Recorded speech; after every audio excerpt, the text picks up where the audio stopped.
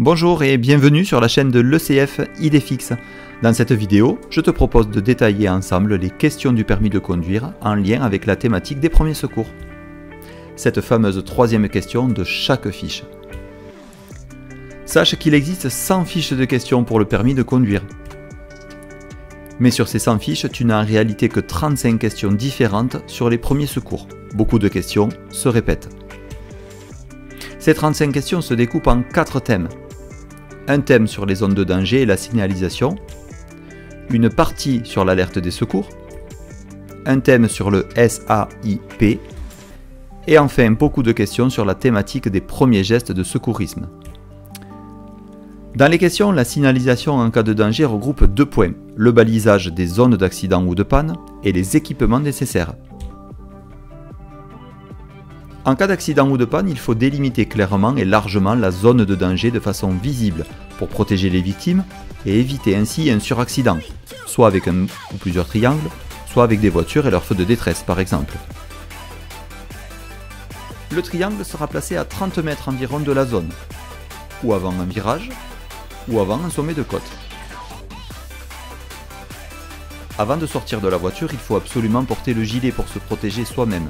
C'est pour cette raison qu'il doit être rangé à l'intérieur de l'habitacle du véhicule et non dans le coffre.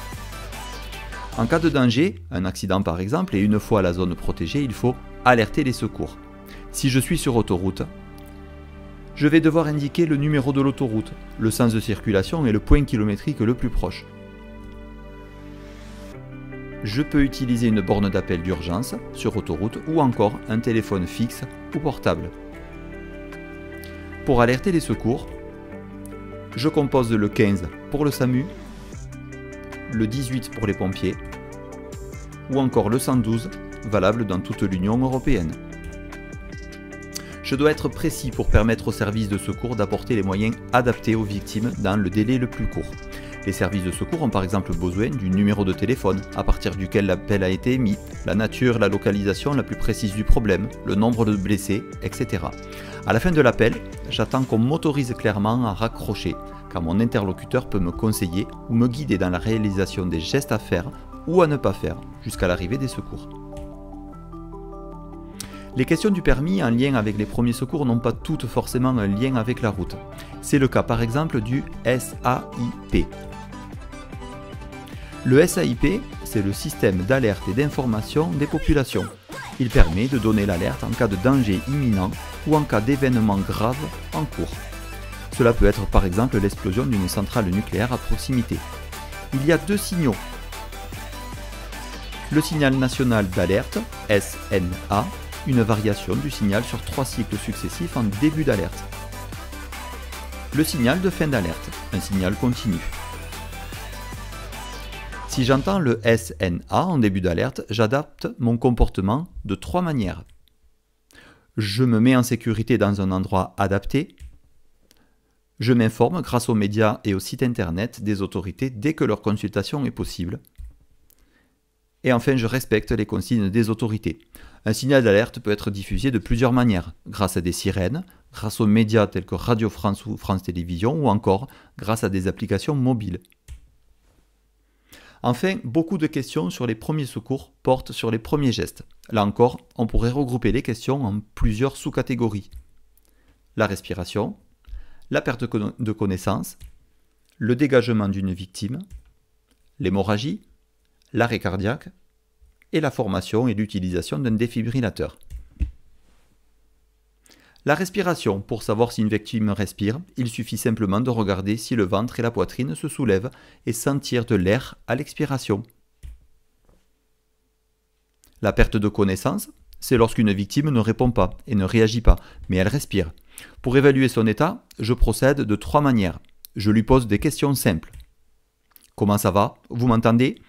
Je lui secoue doucement les épaules pour tester son tonus musculaire et je lui prends la main en lui demandant d'exécuter un geste simple. Si je suis en présence d'une victime qui a perdu connaissance, il faut la placer en position stable sur le côté ou en position latérale de sécurité. Il faut alerter les secours, il faut surveiller la respiration de la victime jusqu'à l'arrivée des secours. La PLS est importante car une victime en perte de connaissance risque l'arrêt respiratoire et l'arrêt cardiaque à cause d'un étouffement par des liquides présents dans la gorge et la chute de la langue en arrière. La PLS n'est utile qu'en cas de perte de connaissance.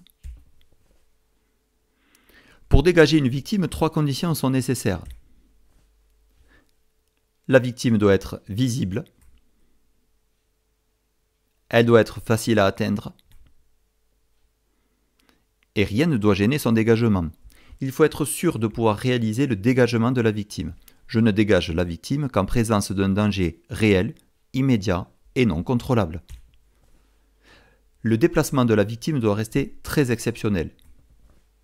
Je dégage la victime dans un endroit suffisamment éloigné du danger et de ses conséquences. Une hémorragie, c'est une perte de sang prolongée qui ne s'arrête pas. Elle imbibe de sang un mouchoir en quelques secondes.